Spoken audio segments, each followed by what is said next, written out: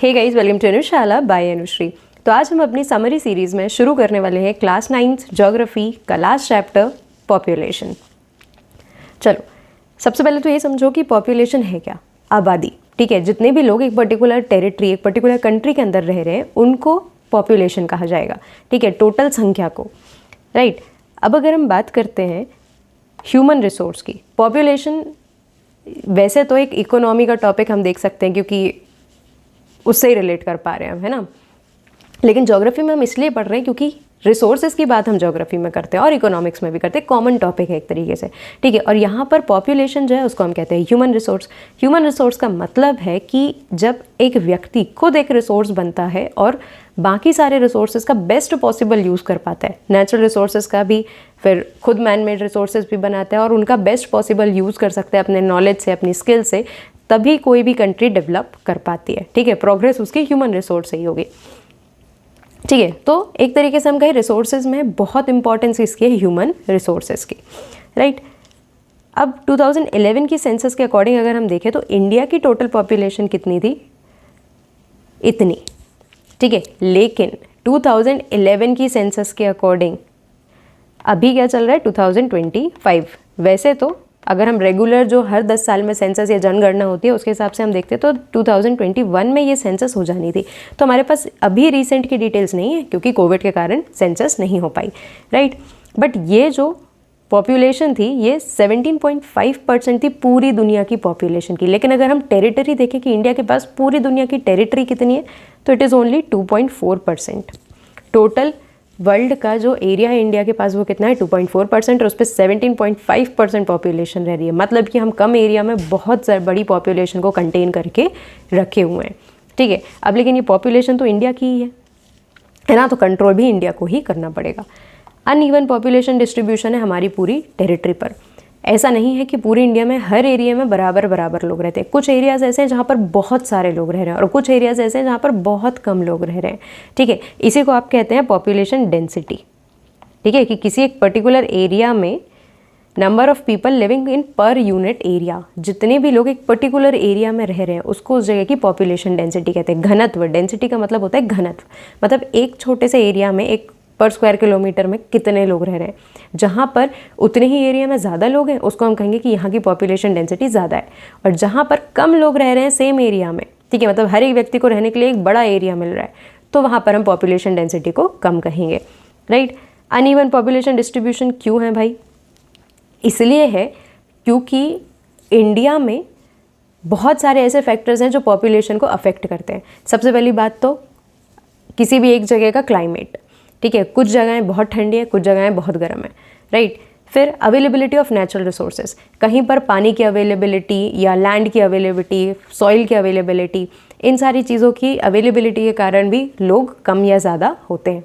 ठीक है, इसके अलावा अगर हम फैसिलिटीज़ की बात करते हैं, अर्बन एरियाज़, रूरल एरियाज़ की बात करते हैं, ठीक है, इसके अलावा हम कल्चरल चीज़ों की बात करते हैं तो उस पर भी काफ़ी डिपेंड करता है कि लोग कहाँ पर रहना पसंद करेंगे। ठीक है, या कहाँ पर सेटलमेंट ज़्यादा कर रहे हैं। अब कुछ एरियाज़ हैं जैसे नॉर्दर्न प्लेन्स है, नॉर्दर्न प्लेन्स एग्रीकल्चरली बहुत प्रोडक्टिव है, तो ऑब्वियस सी बात है कि जितने भी नॉर्दर्न प्लेन्स वाले रीजन है वहाँ की पॉपुलेशन ज़्यादा होगी as compare to desert areas. ठीक है, या कोस्टल एरियाज़। ठीक है, इंडिया की आधे से ज़्यादा पॉपुलेशन सिर्फ इंडिया के 5 स्टेट्स में रहती है, यूपी, बिहार, आंध्र प्रदेश, महाराष्ट्र और वेस्ट बंगाल। ये वो एरियाज़ है जो सबसे ज़्यादा पॉपुलेटेड हैं हमारे इंडिया के अंदर और आधी पॉपुलेशन को अकेले ही हैंडल कर पा रहे हैं। ठीक है, वेरिएशन एंड डेंसिटी 2। ठीक है, हमारे यहाँ पॉपुलेशन डेंसिटी में भी बहुत ज़्यादा डिफरेंस है। जैसे कि अगर हम बात करें अरुणाचल प्रदेश, सिक्किम या नॉर्थ ईस्ट के एरियाज़ की, उनमें कंपैरेटिवली पॉपुलेशन डेंसिटी कम है। ठीक है, एज़ कम्पेयर टू बाकी मेनलैंड इंडिया के जो स्टेट्स है, जैसे अगर आप महाराष्ट्र की बात करते हैं, आप एमपी की बात करते हैं, राजस्थान की, यूपी की बात करते हैं। ठीक है, क्यों? क्योंकि यहाँ पर जो फिजिकल टेरेन है वो उतनी ज़्यादा मुश्किल नहीं है, फिजिकल फीचर्स उतने ज़्यादा हार्श नहीं है जितने, या उतने ज़्यादा अलग नहीं है जितने नॉर्थ ईस्ट के हैं। ठीक है, तो अगर आप देखेंगे कि नॉर्थ ईस्ट वाला जो रीजन है, ठीक है, ये बहुत ज़्यादा फिजिकल फीचर्स को छोटे एरिया में एक साथ कंटेन करता है, बहुत सारी हिल्स को, बहुत सारे प्लेट्यूज को, रिवर्स को। ठीक है, जिसके कारण क्या हो रहा है, यहाँ की पॉपुलेशन डेंसिटी कम है। राइट। चलो, अगर हम पॉपुलेशन ग्रोथ की बात करते हैं, पॉपुलेशन ग्रोथ का मतलब क्या है? पॉपुलेशन बढ़ रही है। राइट। देखो, पॉपुलेशन बढ़ना या घटना, आप वेगली इनको सही या गलत नहीं कह सकते। आप नहीं कह सकते कि किसी भी जगह की पॉपुलेशन बढ़ रही है तो ये एकदम गलत ही है, ठीक है। पॉपुलेशन बढ़ती है तो कमाने वाले हाथ भी बढ़ रहे हैं, लेकिन ये ध्यान रखना ज़रूरी है कि कमाने वाले हाथों को पहले खिलाना तो पड़ेगा ना, पेट तो भरना पड़ेगा। तो क्या हमारे पास उतने रिसोर्सेज हैं? अगर एक्सट्रीम पॉपुलेशन ग्रोथ हो रही है दैट विल बी हार्मफुल, लेकिन अगर पॉपुलेशन बहुत गिर रही है, ठीक है, बहुत कम ग्रोथ है या पॉपुलेशन डिक्लाइन हो रही है, तो that will also be problematic for any country, ठीक है। अगर पॉपुलेशन ग्रोथ की हम डेफिनेशन देखने की कोशिश करें तो हम देखेंगे एक पर्टिकुलर पीरियड में कितनी पॉपुलेशन ग्रो करी है, ठीक है। अब पॉपुलेशन ग्रो करने के लिए या पॉपुलेशन चेंज होने के लिए कुछ फैक्टर्स हैं जो काम करते हैं, ठीक है। जैसे अगर हम एनुअल ग्रोथ रेट की बात करें, एनुअल ग्रोथ रेट मतलब क्या है कि एक समय में कितनी पॉपुलेशन बढ़ रही है।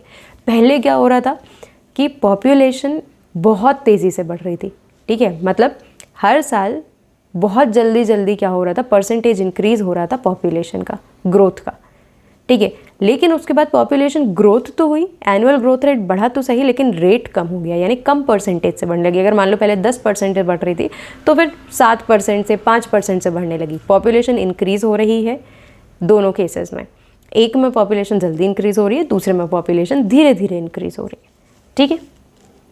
चलो अब हम बात करते हैं पॉपुलेशन ग्रोथ के लिए कुछ प्रोसेस होती हैं, कुछ एलिमेंट्स होते हैं, जैसे कि बर्थ रेट, डेथ रेट या फिर माइग्रेशन। बर्थ रेट की अगर आप बात करते हैं तो क्या देखते हैं, नंबर ऑफ लाइव बर्ड्स पर 1000 पर्सन्स इन अ ईयर। 1000 लोगों पर हम कंपेयर करते हैं, परसेंटेज निकालने की कोशिश करते हैं, ठीक है। मान लो कि एक साल में अगर हम देखते हैं कि 1000 बच्चे पैदा हुए और उसमें से 980 बच्चे जो हैं वो जिंदा थे, मतलब या एक साल तक वो क्या रहे, जिंदा रहे, तो हम उसको कहेंगे कि भाई ये लाइव बर्थ की बात हो रही है, ठीक है।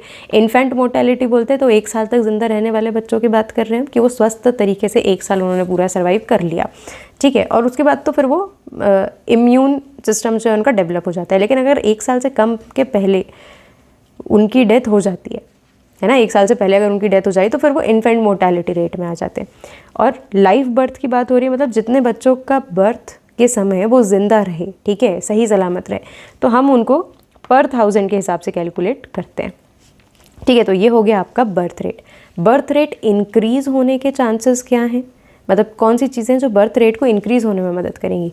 बेटर मेडिकल फैसिलिटीज़, जो चाइल्ड बियरिंग लेडी है, मतलब जो मदर है, अगर वो प्रॉपर न्यूट्रिएंट्स ले रही है, उसको प्रॉपर फूड मिल रहा था पूरे 9 मंथ्स के समय, तो चांसेस ज़्यादा हैं कि जो बच्चा है वो हेल्दी होगा, ठीक है, या वो सर्वाइव करेगा, राइट। तो बर्थ रेट कैसे बढ़ रहे हैं, अगर हम जो एक्सपेक्टिंग लेडीज़ हैं, मतलब या फिर जो प्रेग्नेंट लेडीज़ हैं, अगर हम उनको प्रॉपर न्यूट्रिशन दे पा रहे हैं, प्रॉपर हेल्थ केयर दे पा रहे हैं, ठीक है, डिलीवरी के समय हम बच्चे को प्रॉपर फैसिलिटीज़ दे पा रहे हैं, प्रॉपर मेडिकल ट्रीटमेंट मिल रहा है, सारी चीज़ें फैसिलिटीज़ अवेलेबल हैं, तो मतलब बर्थ रेट जो है वो बढ़ेगा, राइट। लेकिन अगर यही का उल्टा कर दें, हम इसी चीज़ का उल्टा कर दें, ठीक है, तो बर्थ रेट डिक्रीज़ हो सकता है या कम रेट पर इंक्रीज़ हो सकता है।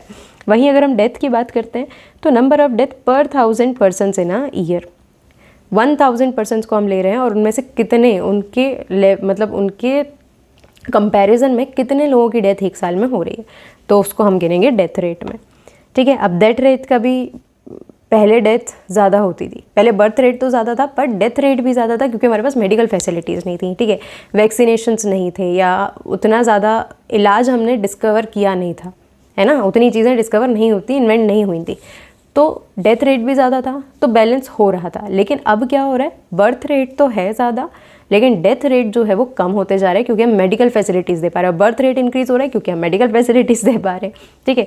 तो एक ही चीज़ दोनों चीज़ों को अफेक्ट कर रही है, राइट। चलो अब अगर हम माइग्रेशन की बात करते हैं, माइग्रेशन का मतलब क्या है, माइग्रेशन पॉपुलेशन चेंज का कारण है, पॉपुलेशन ग्रोथ का कारण नहीं है, ठीक है। एक जगह से दूसरी जगह पर अगर लोग मूव कर रहे हैं, चाहे कंट्री के अंदर करें तो इंटरनल माइग्रेशन और अगर बाहर करें तो इंटरनेशनल माइग्रेशन, ठीक है। तो इससे पॉपुलेशन ग्रो तो जिस कंट्री में जा रहे हैं वहाँ की हो रही है, लेकिन वो चेंज में गिना जाएगा, बर्थ रेट और डेथ रेट के कारण चेंज नहीं हो रहा है वो, ठीक है। तो मूवमेंट ऑफ पीपल इंटरनल भी हो सकता है और इंटरनेशनल भी हो सकता है, ठीक है। चलो इसमें काम करते हैं पुश फैक्टर और पुल फैक्टर। पुश फैक्टर क्या है, किसी भी एक जगह से आपको बाहर जाने के लिए, ठीक है, बाहर तरफ माइग्रेट करने के लिए जो चीज़ें फोर्स कर रही हैं आपको, ठीक है, कारण बन रही हैं, वो पुश फैक्टर का काम करते हैं। और किसी एक जगह पर आपको जाने के लिए कुछ चीज़ें अट्रैक्ट कर रही हैं, ठीक है, कुछ फैसिलिटीज़ हैं या बेटर अपॉर्चुनिटीज़ हैं, ठीक है, सेफ एनवायरनमेंट है, ये सारी चीज़ें आपको क्या कर रहा है, पुल फैक्टर का काम कर रहा है, ठीक है। ज़्यादातर हमको ये कहाँ देखने को मिलता है, विलेजेस में। अर्बन एरियाज़ की तरफ जाते हैं रूरल एरियाज से लोग, क्यों? क्योंकि अर्बन एरियाज़ में पुल फैक्टर है, बेटर अपॉर्चुनिटीज़ हैं, हेल्थ केयर है, एजुकेशन है, ठीक है, या जॉब अपॉर्चुनिटीज़ हैं। अब पुश फैक्टर में विलेजेस कैसे काम कर रहे हैं कि भाई अपॉर्चुनिटीज़ कम हैं, ठीक है, काम की तलाश ज़्यादा है लोगों को, बेटर एजुकेशन चाहते हैं और अच्छी मेडिकल फैसिलिटीज़ चाहते हैं, ठीक है, दूसरी जो इन जनरल फैसिलिटीज़ हैं वो सारी की सारी चीज़ें पुश फैक्टर की तरह वहाँ पर काम करती हैं, ठीक है। तो पॉपुलेशन कंपोजिशन इन चीज़ों से चेंज हो जाता है, ठीक है। पॉपुलेशन कंपोजिशन कैसे देखते हैं कि भाई एक पर्टिकुलर एरिया में कितने लोग अडल्ट हैं, कितने लोग चाइल्ड हैं, कितने इन्फेंट्स हैं, कितने एजेड हैं, वर्किंग पॉपुलेशन में कितने, ये पॉपुलेशन कंपोजिशन होता है, ठीक है, कि एक जगह पर लोग कैसे हैं, किस कैटेगरी को बिलोंग करने वाले लोग ज़्यादा हैं, ठीक। एक चेंज हमें ये भी देखने को मिलता है, ठीक है, कि 2001 में 35 मिलियन प्लस सिटीज़, मतलब ऐसी सिटीज़ जिसमें मिलियंस से ज़्यादा लोग रह रहे हैं, ठीक है। लेकिन 2011 में ये 53 में टर्न हो गई, राइट। इसका मतलब क्या है कि मिलियन प्लस सिटीज़ बढ़ते चली जा रही हैं क्योंकि सिटीज़ में लोग ज़्यादा आ रहे हैं, अर्बन एरियाज़ में लोग ज़्यादा आ रहे हैं पुल फैक्टर्स के कारण, ठीक है। अब अगर हम बात करें एडोलेसेंट पॉपुलेशन की, तो एडोलेसेंट पॉपुलेशन का मतलब क्या होता है, 10 से 19 साल तक के जो बच्चे हैं उनको एडोलेसेंट कहा जाता है, ठीक है। इनकी एज ऐसी है कि इन पर बहुत ज़्यादा फोकस किया जाता है। क्यों इन पर फोकस किया जाता है? इसीलिए क्योंकि ये आगे जाकर वर्किंग पॉपुलेशन में कन्वर्ट होंगे, ठीक है। एडोलेसेंट या जो यूथ जिसको हम कहेंगे वो बहुत ज़्यादा इंपॉर्टेंट होता है क्योंकि वो वर्किंग पॉपुलेशन में कन्वर्ट हो जाता है, ठीक है। इनकी एज में इनकी हेल्थ पर या इनकी एडुकेशन पर, स्कूलिंग पर, इनको ट्रेनिंग देने में या इनको स्किल सिखाने में ज़्यादा फोकस करती है हमारी गवर्नमेंट, ताकि क्या किया जाए, इनको वर्किंग पॉपुलेशन में जब कन्वर्ट किया जाएगा तो ये और अच्छा प्रोडक्शन या और अच्छी प्रोडक्टिविटी दिखाकर क्या करें, नेशन के लिए अच्छा काम कर सकें, ठीक है, इकोनॉमिकली अच्छा काम कर सकें, ठीक है। इसी के मतलब इसी मोटिव को लेकर एक नेशनल पॉपुलेशन पॉलिसी बनाई गई, ठीक है, 1952 में। अब मैं मार्क नहीं कर पाऊंगी क्योंकि ये डिस्चार्ज हो गई है, बट आई विल ट्राई, ठीक है।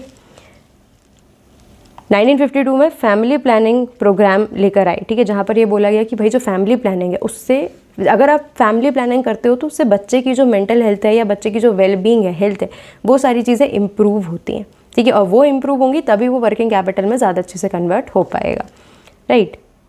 रिस्पॉन्सिबल एंड प्लान्ड पेरेंटहुड को ज़्यादा इस पर फोकस किया गया। नेशनल पॉपुलेशन पॉलिसी निकाली गई, एनपीपी जिसको कहा गया 2000 में। ये बहुत इंपॉर्टेंट है, इससे बहुत ज़्यादा क्वेश्चन आने के चांसेस हैं, ठीक है, अलग से हाईलाइट किया जाता है इसको। इसके अंदर कुछ चीज़ों को फोकस किया गया। Free and compulsory education 6 to 14 years तक के बच्चों के लिए रखा गया कि भाई कंपलसरी है, जो लोग पढ़ा सकते हैं वो खुद से पढ़ाएं, जो नहीं पढ़ा सकते उनके लिए सरकार काम करेगी, ठीक है। Reduce infant mortality rate below 30 पर 1000 लाइफ बर्थ, ठीक है। इन्फेंट मोर्टेलिटी रेट, अभी मैंने आपको बताया कि 1 साल से पहले जिन बच्चों की डेथ हो रही है उनके नंबर्स को कम करना है, मतलब हमें और अच्छी बेटर फैसिलिटीज़ देनी है, not only for that infant, उसकी जो मदर है उसके लिए भी, ठीक है। उसको 30 से भी कम पर लेकर आना है हमें, ठीक है, कि अगर 1000 बच्चे 1 साल में पैदा हो रहे हैं तो आप ये मान के चलो कि 30 से भी कम उनमें से ख़त्म हो रहे हैं या उनकी डेथ हो रही है किसी वजह से। Promote delayed marriage for girls, ये क्या है भाई डिलेड मैरिज? क्यों? क्योंकि अगर अर्ली मैरिजेस के कारण ज़्यादातर ही हमने नोटिस किया गया कि हमारी सोसाइटी में जो लड़कियां हैं, ठीक है, वो अपनी एजुकेशन कंप्लीट नहीं कर पा रही हैं या वो हायर एजुकेशन में जाना चाहती हैं, किसी चीज़ में एक्सेल करना चाहती हैं तो नहीं कर पा रही, सोसाइटी का एक प्रेशर देखते हुए। तो यहाँ पर डिलेड मैरिज को क्या किया गया, प्रमोट किया गया है कि भाई डिलेड इन द सेंस ऐसा नहीं कि बहुत एज के बाद आप करने के लिए कह रहे हो, ये कह रहे हो कि भाई 21-22 साल की एज में उनकी शादी करने की कोई ज़रूरत नहीं है, ठीक है, उनको थोड़ा सा पढ़ने दो, उनको अपने लिए काम करने दो, इंडिपेंडेंट होने दो, एंड देन आफ्टर अगर वो चाहती हैं तो वो शादी कर सकती हैं, ठीक है। Making family welfare a people centred programme, family welfare को पीपल सेंटर्ड बनाना है, मतलब फैमिली का मतलब ये नहीं है कि लोग उसमें एग्जिस्ट कर रहे हैं, ठीक है, या ज़्यादा से ज़्यादा लोग आप उसमें एग्जिस्ट कर रहे हो, बट जितने लोग एग्जिस्ट कर रहे हैं क्या वो हेल्दी हैं, क्या उन सब की वेलबींग अच्छी है, या क्या वो जिन जिन चीज़ों को करना चाहते हैं उनको वो सारी चीज़ें करने की अपॉर्चुनिटी मिल रही हैं। या फिर ऐसा है कि भाई गरीब परिवार है बट लोग बहुत ज़्यादा है, पॉपुलेशन ज़्यादा है, फैमिली है बट प्लानिंग कहाँ है। ठीक है, अगर 6 बच्चे हैं या 4 बच्चे हैं, उनमें से आप सबको या जिनकी एज है आप उनको प्रॉपर पढ़ाई नहीं करवा पा रहे हो, हेल्थ केयर नहीं दे पा रहे हो, खाना नहीं दे पा रहे हो, मेल नरिश है, तो फिर ऐसी पॉपुलेशन का क्या फ़ायदा। It will be soon converted into liability for the country. ठीक है, तो इससे अच्छा है कि फैमिली प्लानिंग को सजेस्ट किया गया, प्रमोट किया गया, प्लान्ड पेरेंटहुड, कि भाई पेरेंट होना भी ईजी नहीं है। अगर आप प्लान करके ये सारी चीज़ें करते हो तो क्या होगा, आपके लिए भी अच्छा है और आपके बच्चे के लिए भी अच्छा है, और अल्टीमेटली नेशन के लिए अच्छा है। Right, so this was all about this chapter. Population यहाँ पर ख़त्म होता है और ज्योग्राफी भी ख़त्म होती है। मैप वाला बचा हुआ है तो उसको मैं हिस्ट्री और ज्योग्राफी से जितना भी मैप वर्क है सारा उसमें कवर करके आपको मैप वर्क वाला ही वीडियो प्रोवाइड करा दूंगी। ठीक है, सो आई होप आपको ये चैप्टर समझ में आया होगा। इसके बाद सिर्फ इकोनॉमी बचती है, तो कोशिश करेंगे कि एक ही वीडियो में उसके तीनों चैप्टर को खत्म कर दें, क्योंकि पालमपुर वाला जो है उससे क्वेश्चंस एग्जाम में नहीं आते, वो सिर्फ आपके असेसमेंट के लिए और अंडरस्टैंडिंग के लिए। राइट, सो आई होप आपको ये समझ में आया होगा। और अगर ये वीडियो अच्छा लगता है, इसका PDF चाहते हैं तो कमेंट करके मुझे बता दें। और साथ में आप टेलीग्राम चैनल भी ज्वाइन कर सकते हैं, जहाँ पे आपको इससे रिलेटेड इन्फॉर्मेशन टाइमली मिलती जाएगी। और अगर आपको ये लेक्चर अच्छा लगा तो लाइक करें, कमेंट करें, दोस्तों के साथ शेयर कर दें। और अगर आपने अभी तक सब्सक्राइब नहीं किया है then please do subscribe Anushala. Thank you so much, keep watching.